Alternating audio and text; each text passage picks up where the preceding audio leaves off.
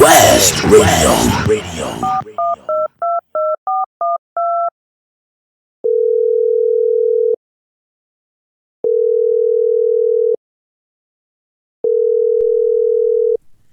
What up, world? It's your boy Coop, man. We back with episode number 9 to this joint, man. Episode number 9, man. It's powered by Cygnus.net, Bang West Radio, Radio Jar, and a TuneIn app, man. And this week, this episode, man, I got an OG, man, out of San Diego, California. Some of you guys may have heard of him. Some of you may haven't, but this is what this interview's for, so you can get introduced, man. So go ahead and introduce yourself, man. Let everybody know who you is, man, and a little bit of background about you. Yo, this is Bay Loc. You know, I'm from neighborhood 40s, born and raised. One of them cats that really live my bars. So I've been through all the adversities in the streets and shit like that, man. In and out of prison my whole life. Yeah, and I'm just getting back my life situated right now. So, you know, back on it, you know, dropping new music, doing interviews, different stuff. That's what we go. Did you just get out? No, I didn't just get out. I had went to a residential treatment for a minute. You know, I had to get myself together. A lot of time on some rapper shit, on some singing shit, R&B shit. You know, motherfuckers, drugs be a part of that too. You know, and I'm not exempt from that. So I had dealt with some addiction issues that was holding me back from my life in general. Right? So I had to get a hold of that in order to start. You know, drugs make a good motherfucker make bad choices and decisions. Right? And you know, I needed to start making better choices and decisions for myself. So I had to go take care of that situation. Like, I did that. Came back around, like, man, let's get back in the studio. Let's do this. You know, you still got a lot to offer to the world with your music, with your knowledge and wisdom and stuff like that. You know? Man, I commend you on that, man. You know, it take a lot for a motherfucker to submit theyself in there and go change theyself, man. You gotta want it. That's the only way it's gonna happen. If you want to change, then you will change for surely. So salute to you, man, for getting that done. For sure. Man, so let's dive into the origins of Bay Loc, man. Rap wise, man. When did you start pursuing rap music? I started pursuing music, rap music. You know, I was always 7th grade. I was going to Gompers Secondary School. Around that time, you know, LL Cool J, Rakim, like around 86. You know, so just rap culture, hip hop culture, as far as breakdancing and pop locking and all that, and graffiti, all that was, you know, it was starting to be present. You know, starting to work his way to San Diego. You know, and I started right around then. I was going to Gompers. We used to be at like the little sessions, right? At lunchtime, everybody be at the sessions, shit, doing their shit. And one day this cat pushed up. He had on like split jeans, Kango and shit, Adidas on and shit with no shoelaces. And the nigga just kind of came up in that little session and killed it. You know, and everybody knew bro was gonna be somebody. You know what I'm saying? And he ended up being Jayo Felony. So around that time, we connected. You know, me and him connected, became, you know, good friends. You know, I had a lot of vision. I'm a visionary, so I had a lot of vision, you know, of what we could do with his career, my career, and with music. And so we started kind of pursuing it. You know, he was the first cat that kind of showed me how to put together 16 bars and hook and be extensive with vocabulary and stuff like that. But you know, he had moved from the East Coast here. So he, at that time, sounded a lot of East Coasters, you know, he had like a lot of punchlines. He was definitely the best rapper, period. And, you know, you got another cat, Skyline, named Baby Skar. So he was hard too. You know what I'm saying? Baby Skar was that guy. And I just remember, you know, like at the end of the school year of the 7th grade, it was like a big old battle with all the niggas at the school, and Skar, Baby Skar, and Jayo was battling. And Skar got him. You know, but that summer, you know, I remember Jayo stayed locked up on his pen and pad and couldn't wait till the school year started to get back at Baby Skar. And that's kind of when he kind of developed more of a West Coast style, because that's kind of like how Baby Skar got him, because of the subject matter that he was talking about. You know, he was talking about niggas gang banging, you know, selling dope. You know, Jayo had more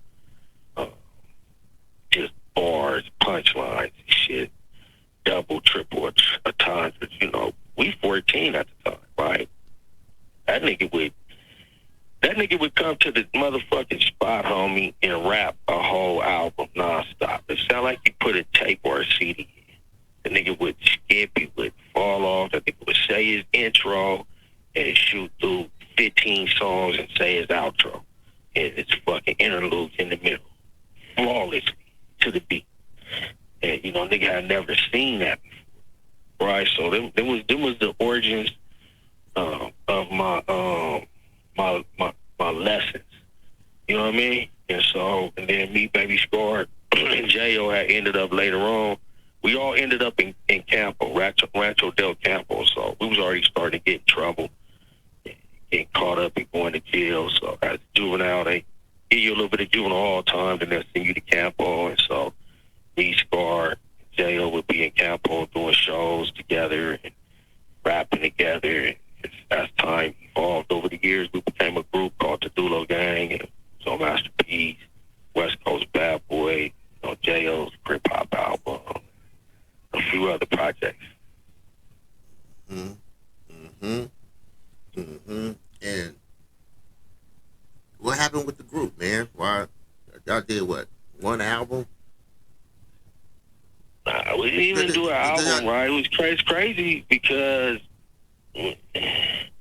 what's crazy is you would think that as much as all we ever put out was one song, maybe two songs. Okay. You know what I mean? That was it. And, you know, it's just all this hoopla was behind that. You had never really, you know, this is before, well, this is right around the time of, you know, the West Side Connection.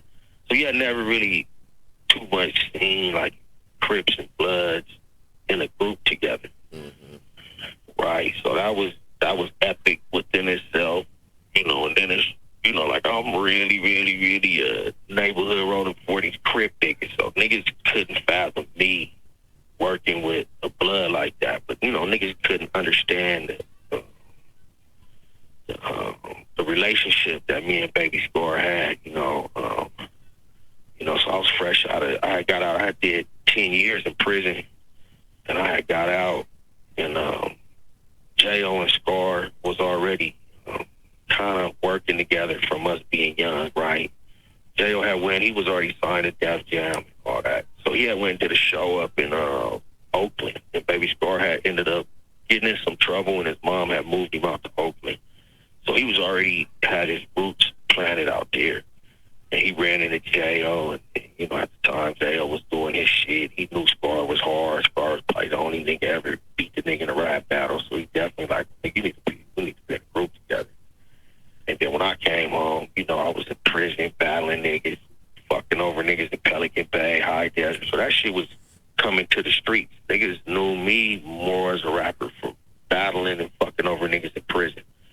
You know, all level 4 prison. So I fucked with all the rawest niggas from every hood, Oakland to Vallejo to 45415 niggas, the LA Crip niggas. Everybody who was a raw nigga, G nigga going to prison at that time was fucking with me. You know, I was a nigga had all the drugs in prison, and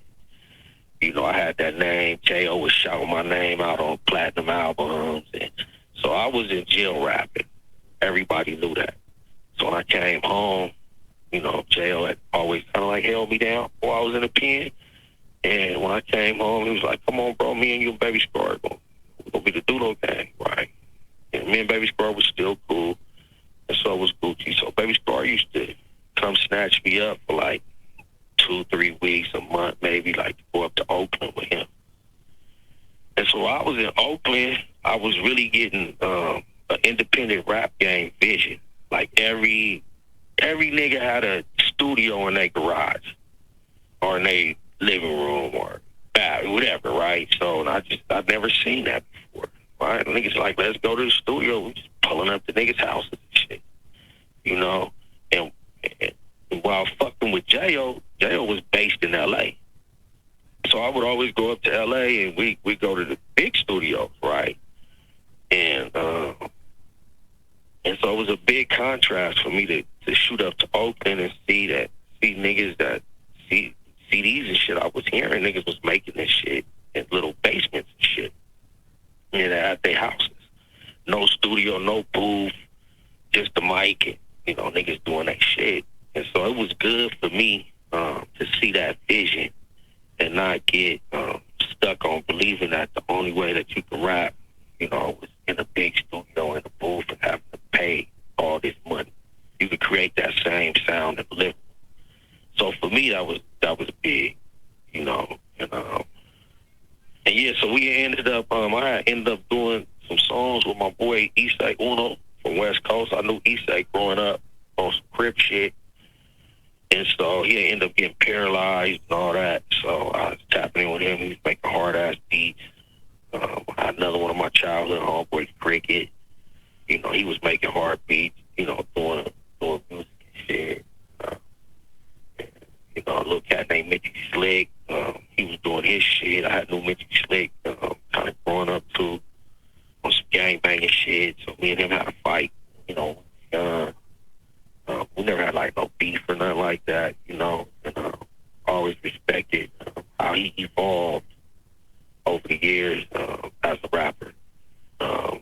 I didn't think he was all that, you know. Probably was the gang thing. I didn't really dig him and his music when I first heard it, just probably because I was on some Crip shit.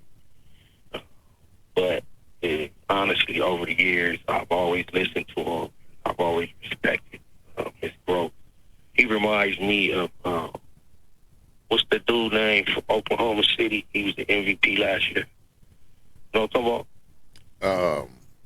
Gillis, Alexander or something like that. SGA?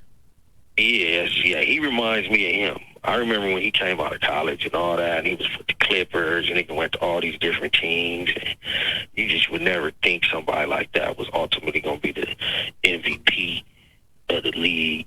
You know, when you see that nigga play, you see signs of Jordan and Kobe in him. He's not a Jordan or Kobe, but you see it. And the nigga's MVP at the finals and won the championship. He's just progressively got better if you know him, right? And to me, that was Mitchie Slick, you know, like, to me, Jayo and Skar and niggas like that was light years ahead of him when I first heard him. But right now, he fits right in that pocket. And that's a tribute to hard work. And, you know, I can respect that. I had to do hard work being who I was as a gangbanger and doing music and all that, too. So I respect that. But, yeah, so we had the Dulo Gang, and we had went to Issei. I went to Issei house one time and did a couple songs with him. He had gave me a beat. Skar was with me, and Skar was like, damn, that beat is hard as fuck. He wrote a hard-ass hook, did the hook, did a verse. He kind of fell asleep, and I fucking did my verse. And a nigga named Shock G was there. He was like, man, you should let me sing that hook, right? And I was like, nah, man, you know, just leave it like that, right? But he's like, let me just try. So we ended up singing the hook. It's all like a whole different flavor to it. It's hard-ass, he said, beat. Around that time, Jayo was calling my phone. Like, hey, man, I'm on my way down from L.A. I'm passing Oceanside. I'm like, what you doing? Where you at? I'm like, I'm in the studio. Like, let me hear what you doing. He's listening. Like, damn, that shit hard as fuck. Like, I'm gonna come straight there and do a verse.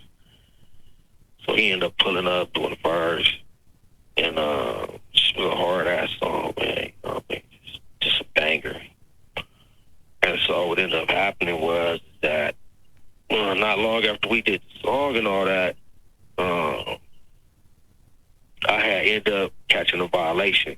I was on high risk parole. Got caught up with some gang members type shit, one of my conditions, and I got violated, and they gave me 14 months. So before I got locked up, we was shopping. Jayo was being pursued by No Limit. He had got off Def Jam, and I kind of got into it with Snoop Dogg, and all that drama happened. And so different labels was kind of pursuing him because he wasn't on Def Jam no more. And Master P ended up start pursuing him and wanted to buy some songs from him. And he ended up getting that Came Around song.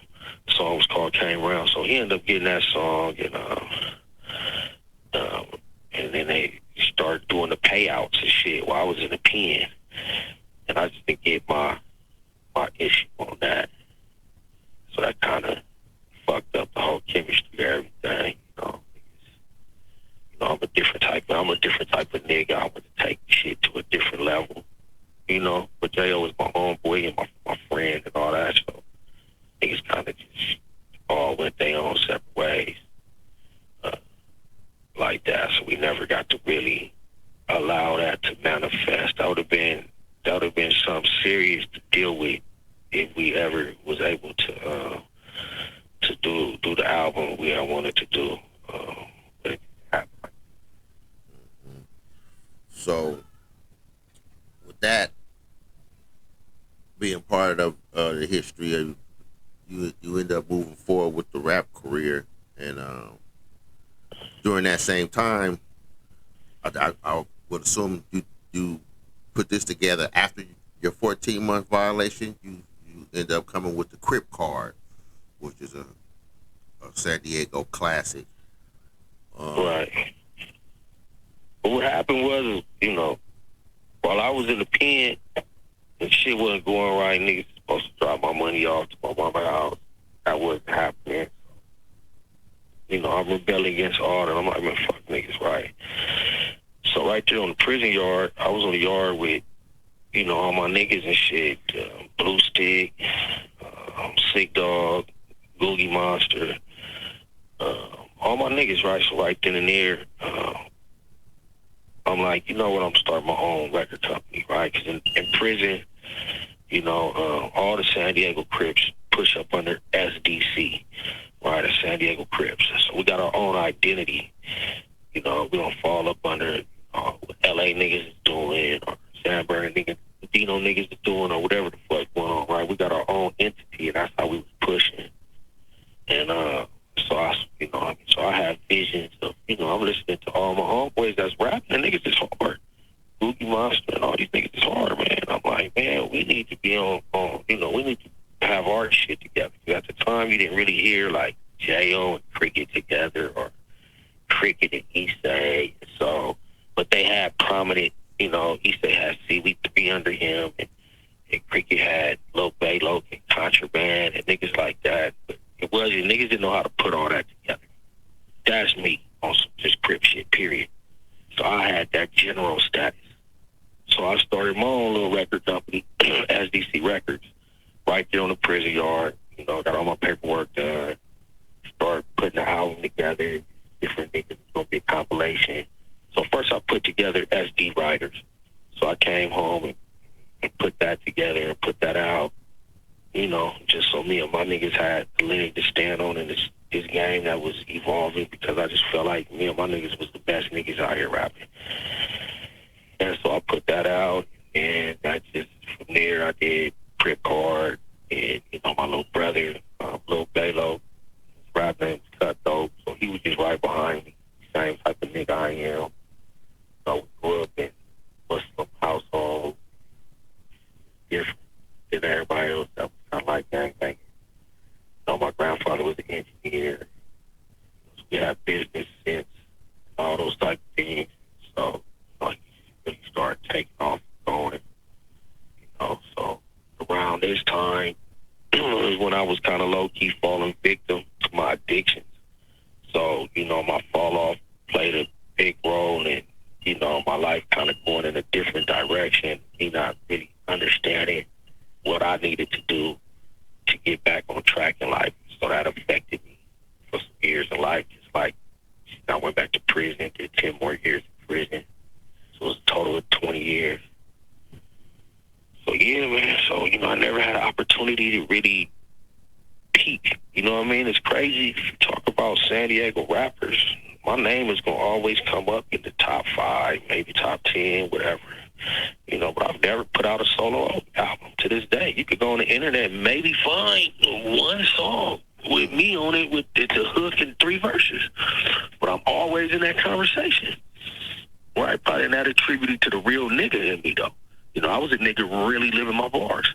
So a nigga was talking about going across the railroad track. I built my whole reputation on shit like that. Catching murder cases at 17, going to Pelican Bay, New Folsom. Niggas don't have those type of histories. Even though they present themselves as those type of gangbangers. But niggas ain't been through those struggles, right? And I really was. And so, niggas never really wanted to see somebody like me get on top because they felt like I would probably be a different type of dude. And I probably would have, you know what I'm saying? But over the years, I've grown, evolved, and developed. I work with Big John. I chop it up with Black Mikey and Dombo. It's just, I never got that kind of shot right there because of the type of gangbanger I really was. All them dudes was different. You know what I'm saying? They wasn't putting their life on the line for where they was from. Mitchie Slick, none of them niggas. Baby Don Diego. You know what I'm saying? Was that type of gangbanger rapper as I was. Jayo. None of them niggas was like me. You know what I mean? In that sense. Not from the rap sense. But yeah. I just saw a video of you online kicking a cold 16. So is right. You back at this thing full time now? I'm back at it full time. I never, even in my darkest moments, I would wrap circles around any nigga you bring to me. Period. That's how I feel. I'm cut from that cloth. Cut from that Jayo cloth, so to speak. You know what I'm saying? He with the arrogance and nigga knowing what a motherfucker do because a nigga put that type of work in. So I never, even though motherfuckers ain't heard me in a long time, I never stop working on my bars. That's why I can come right now and jump on a song with a young nigga and niggas is just amazed. Right? So I got an album I'm doing right now called Message to the Black Man. I prefer these days, I just turned 53. So I prefer these days, I got a different message in my music. Right? I'm more of a political, revolutionary type dude. My family is Muslim, so I came up under that and understand my culture. 20 years in prison. I've read over 1,000 books, so I have very extensive vocabulary. I understand culture. And I just, some years ago, I kind of started going that direction in my music. But right now, with my little young homeboy, Krypto, I ended up putting him in the game years ago.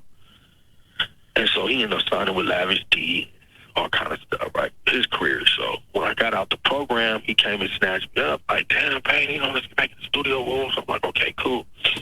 But I got places where I'm trying to go with my music, right?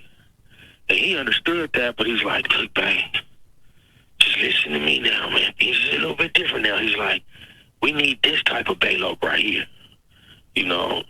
The Bay Loc that was on Came Round, the Bay Loc that was on Gang Banging, these different songs. So I'm laughing. I'm like, I can do that. That's simple to me, right? And so we did an album. We didn't really name the album. Just did some reels for a song we was going to put out. You niggas wasn't loyal. The whole album, I'm killing it like that. It's not just that song or just that verse. Like, every motherfucking verse, every song, I put my heart and soul into it. And so we had shot some reels for it. And I put the reel out with my verse. Thousands of likes and shares, and it just went up. banging. A lot of people, a lot of young niggas amazed, like, who's this nigga, right? Got other niggas that's happy to see me having my life together, being healthy, making better choices and decisions, and back in the game. Indeed. You mentioned in these reels has been introducing you to a lot of these youngsters. You've been going over your story. You say over 20 years in prison, 2 separate occasions, and real life experiences from the gang culture to everything else, man. Battling addiction and all that. What if you could talk to the young artists from San Diego or anywhere, man? What would you tell them to take away from your story? What's a lesson they could take from your life story?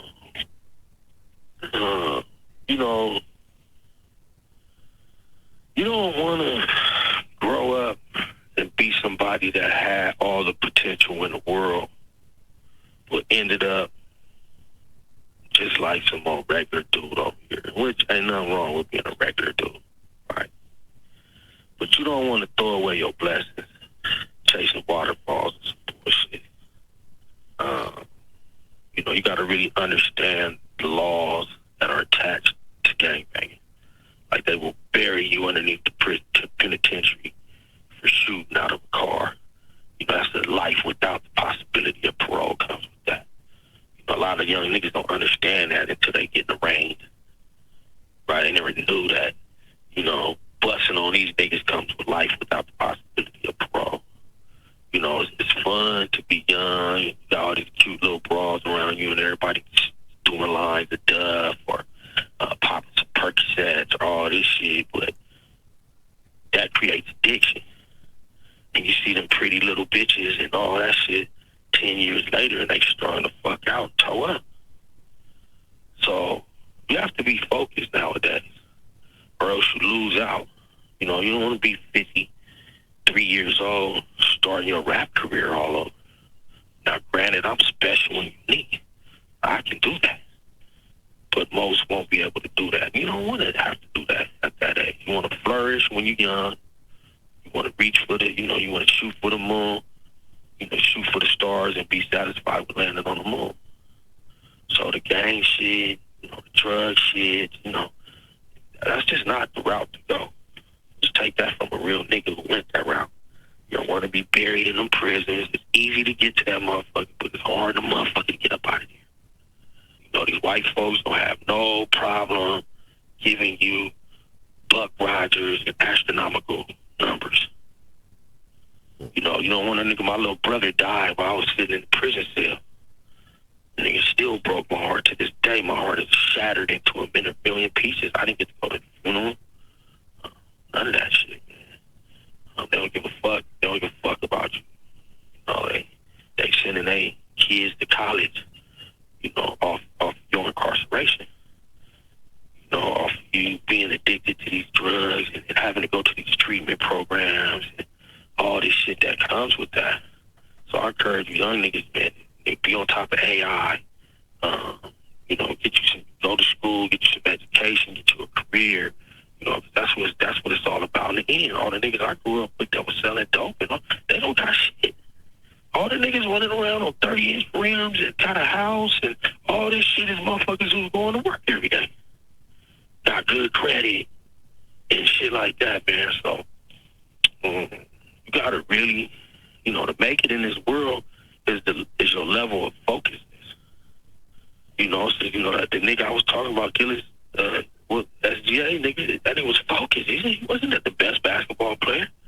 He wasn't none of that type shit. But he was focused and committed, to his jump shot, to his three-pointer, to being a professional, to all these things, right? So, hold on. Yeah, so you gotta stay focused, man. You gotta have something good going on, and catch a bullshit-ass case. And all that shit is over with. Some other niggas running around your kids, little baby mamas, they ain't built for, 17 years, 85%. And all this shit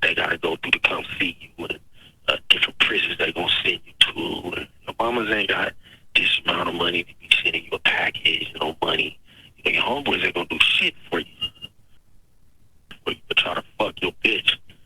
Why you gone? I'm just keeping it 1,000. Well, yeah, it's gonna be all the homeboy Bay this, the homeboy this, and all that, but they not gonna be there when your family trying to get together and send you a package, or they need some gas money to go 16 hours away to this prison or some old shit like that. So I don't know, man. Life goes fast, homie. You know, don't chase waterfalls and bullshit, man. Keep your nose to the ground. If you hot, nigga, sit in that studio and make a million motherfucking songs, man. You know what I mean? Get you some type of trade. Don't be against working on motherfucking job because you're considering yourself as a rapper. You know what I'm saying? Nigga, learn the business, get you a team. You know what I'm saying? And make something what it is you're trying to do. You know, in this day and age, it's all about content. So, you know, create content, you know, write books. You got ChatGPT and all these easy things to do. You know, it wasn't like that when I was growing up. You know, the rap game's easy. All they require is a hook and 2 verses. And the song is done. It wasn't like that when I was growing up. You don't even have to be creative. You don't even, you know, when I grew up, niggas had to talk about everything. You had to talk about a faggot-ass bitch, and in the same token, talk about a beautiful black queen. All that had to be on the album. You had to talk about selling dope and what it was like with your uncle being on crack. So that's not required now. All you got to do is make one hot song and shoot a video. You got to pay thousands of dollars to get a video shot back then. You can do that shit with an iPhone now. So you little niggas got the game easy now. But fucking with them drugs and fucking with the gangs, your life is going to get derailed very fast. You're going to get in a fucked up situation trying to figure out how you can dug yourself into this bullshit ass rabbit hole. Let me ask you this. Has gang culture helped or hindered the rap game? It's hindered it. I mean, shit. Gang culture had a giant influence on Pac and Biggie being dead. Our 2 biggest iconic rappers. You imagine what it's like for Pac and Biggie to be alive? And so even though it was bullshit riffs, but nigga, the gangbangers is all attached to them niggas to death. So just gang is just fucked us up, period, man. You know, Crips and Bloods was supposed to be an offshoot of the Black Panther Party, man. We were supposed to be able to do beautiful and great things for our communities, man. Feed the kids and make sure motherfuckers got to school correct, fight these different laws. You know, it's just fucked our whole culture up. And I'm embarrassed to be an instrumental part of that. You know, I embraced that and ran with that. You know what I'm saying? And fucked my life up, right? And it's just, you know what I mean? We just populated the prisons. A lot of good people got killed along the way. What are you going to find positive about that? Because a few gangbangers made a little bit of money? Not much. You know, Ice Cube and niggas were really no gang members like that. You know, Snoop was probably a certain type of gang member or not, but you don't reach the levels of success on no gangbanging shit. Period. So it's destroyed our mentality as black people and coming together, doing great things. You know, but at the same time, you gotta love it too. You know what I mean? Indeed. That's real. So, you say you got the album. Is that what y'all gearing up for, you and Krypto, right now? Me and Krypto got an album, right? We really don't have a name for it yet. We got maybe 12 songs. I'm relearning, you know, what is it like to put music out. You know, the game has evolved past CDs, but I'm watching niggas like Lorenzo and Daz, and the niggas I'm studying right now, and they're bringing CDs back, J. Cole. And so I'm really trying to get my music out there, but be conscious that in order for me to get some money out of the game right now, I gotta be patient. I'll get my website built right now. I'm about to start kind of campaigning like Lorenzo. I was thinking about I got an album called Message to the Black Man. Shit is so epic, bro. So hard.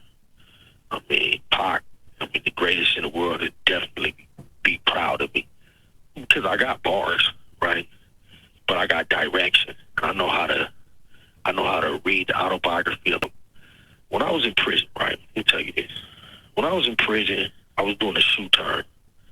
2 years in the shoe. So that's isolated from the rest of the population. So I was in the shoe. I was a nigga that lived down the tier from me. OG nigga from 60s, named Skar. So he used to write me little kites and shit, and we fish him under the door, and he'd be like, hey man, you need this, you need that, you need some books. And so I'd be like, yeah, I want some books. He'd be like, what kind of books you want? I like reading, Assassination of Fred Hampton, Marcus Garvey, stuff like that at the time, right? Nelson Mandela, Akbar. So he's like, oh, okay, little nigga, you like to read the shit. So he would send me the books down, and then one day he said, hey man, I need you to write a book report on the book I sent you. So I wrote him a book report. And he said, man, this is terrible. I was offended. Right? Like, this is terrible, nigga. You could have won a 6th grade book report with this, right? Not that I wasn't educated and didn't know how to spell or nothing like that, right? Just, I didn't understand the essence of writing a book report, like a lot of people think they do. You take a lot of so-called smart niggas on podcasts and tell them to write a book report, they wouldn't understand the correct format and all that. So anyway, he would start every book he sent me, he made me write a book report. And he started sending me down his book reports. So he said, man, listen, they had a little radio station that they would play for us. And it was a Berkeley college radio station. And they had a contest once a month for a book report. Whoever won the book reports, whatever book they put out there at the beginning of the month, was $500 for first place, $300 for second, $300 for second, no, $250 for second place, $100 for third place. And this nigga had won first place for 5 years in a row. Damn. A Skar. So so every month when we listening, they're like, yeah, they couldn't, the commentators couldn't wait to talk about a Skar's book report. They already knew who the winner was. Everybody is killing these college students. So he ended up like, hey man, you need to, he's like, man, this is how I eat. This is how I go to the store every month, spend $200, and I don't know my family and nothing. I gotta eat off book reports. And I submitted my book report, man. You know what I'm saying? And I won third place. And I remember Skar, he was getting out the shoe.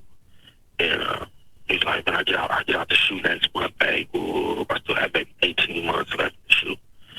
And he was like, yeah, man, to keep going, you gotta be the nigga from prison that keeps winning these book reports. And I won the book reports for years, homie. But I told the Skar one day, right? Once my book reports became epic, when he said, man, your shit is epic, bro. Like, bro, you just as hard as I am. And that was a compliment to me. And I told him one day, I said, you know what, man? I said, man, I was already a rapper. So I said, man, if I could write a rap the same way I write a book report, niggas can't fuck with me. And he said, man, you can do that. And he instilled in me that I could do that.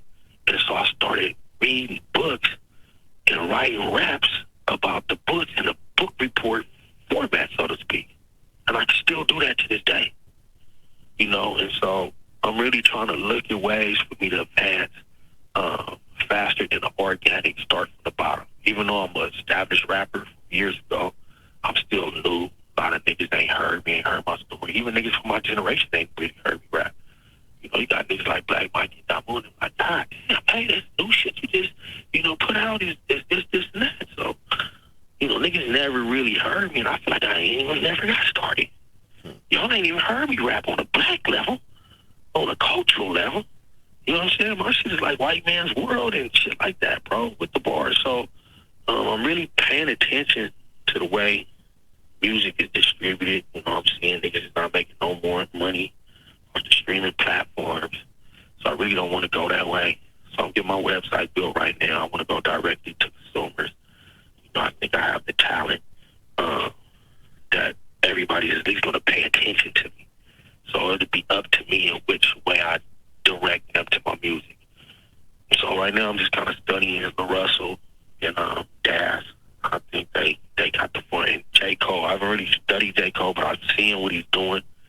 And I'll be about to be third person I study. But hopefully we can release this direct to consumers. I'm definitely going to press some CDs up, trying to find a way I can get a USB strip, and motherfuckers can buy that and just download it straight to their phone. And so I'm just trying to figure out, it's just different now to release music, try to eat off of it, Indeed. What do you want the fans to know that they probably don't know about Bay Loc?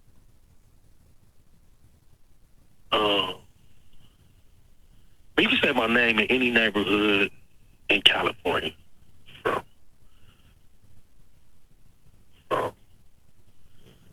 up north all the way back down. The motherfuckers gonna know me, on a gangbang level. Period. Because OG, his homeboys was in the pen with me while I was making my bones in the pen. And, I'm from San Diego. And y'all know Bay Loc, all my young homies always tell me, man, we going to the pen, and we be running across old niggas with life, and they ask us where we from, we say we neighborhood police, and they be like, man, Bay Loc, where he at, what he doing, right? But it's just so much more to me than that, right? I've read over 1,000 books. I believe in African American culture. I want to see us as a people evolve. I feel like I've evolved from a gangbanger. My little brother got killed in 2011. That broke my gangbanging spirit, so to speak. I just never wanted to be a part of making another brother, another mother feel the way me and my mom felt when my brother passed away. It's hard for me to kind of manifest through my issues. And I'm blossoming on a butterfly level right now. It's hard to appreciate that when my little brother and I, or my mom, are not here right now to see me finally get my life together, finally, get on the right track. I've never been a hater. I want to see my people evolve and do great things. For all the niggas out there gangbanging, I'm quite sure you ain't trying to teach your sons and daughters and nieces and nephews, gangbanging. Because everybody sees the irony in that. Everybody knows what the end result is to that bullshit. And I definitely do. I'm trying to do something different. I'm somebody you guys should focus on. Somebody that you guys should reach out to. I got a lot to offer. Go to college right now. I'm trying to get that together. I'm just trying to figure it out. 53, still got to try to figure it out. Trying to go a different direction. You don't want to spend your whole life gangbanging and in the streets and all that shit. And you wake up and, based on the circumstances, got to do something different. You don't got the skills and the trades and all the things that you need to, know how to do your taxes. Your credit ain't worth shit. All the things that's going to mean something to you in your 50s. You know what I'm saying? So I'm there, but I ain't complaining about it. I'm built for it. So you could expect good things from me. Just like I put that verse out. I put that shit out maybe a week ago, man. My phone ain't stopped ringing, man. It's crazy. Everybody want to buy a verse from me. Everybody, and I just had my birthday on the 20th, turned 53, just had the video shoot. That shit was epic. So, the best birthday present I could have ever got was to be clean and sober, to be independently thinking on a whole nother level, to embrace my gray hair and grandkids, and still be a part of the infrastructure, still have something to offer. So that was the best birthday present I could have got for my 53rd birthday. And I'm still pushing. I'm somebody you should pay attention to. Right? Every rapper or whoever, think they the best. I'm really the best, homie. And I done persevered and been resilient through unbelievable struggles that the average motherfucker was just broke down. Word. The verse was definitely dope, man. For the people who ain't checked it out, man, it's online, man. The boy is spitting gas. The album ain't titled yet, but be looking out for Bay Loc and Krypto. Solo album in the works, also coming soon from Bay Loc. Political. I mean, my position is this with Sickness.net, right? I done been a part of that you guys have been successful with. And I feel like you guys should reach back, not only on this interview right here, but universally with me, and kind of position me the way you guys have positioned Mr. Slick, just different people over the years, right? And I think that would be honorable, right, for somebody like me. It don't even have to be me, per se. But somebody like me, like, you don't got 50-year-old niggas with promises of being the top rapper. This is something different. This is something unique. And, you guys are in a position to not watch to see if I succeed or fail, but be a part of the success. That's how I feel. It's respected. I appreciate you taking the time out your day, man, to give us this interview, man, for real. Yeah, it's good. Any last words for the listeners? I'll check out Cutthroat. My little brother got gunned down and murdered in his prime. His name is Cutthroat.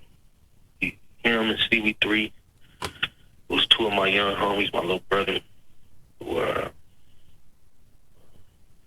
would have been at the top. They would have been at the pinnacle of their shit right now. They both been gone for a long time. Y'all should check their music out. They go legends. Cut down in their prime. Cutthroat. CV3. Yes, sir. Yes, sir. Rest in peace, Cutthroat, man. He was definitely doing this thing while he was on the blacktop, for surely. Yeah, this episode 9, y'all, man. More interviews on the way, man. Appreciate y'all.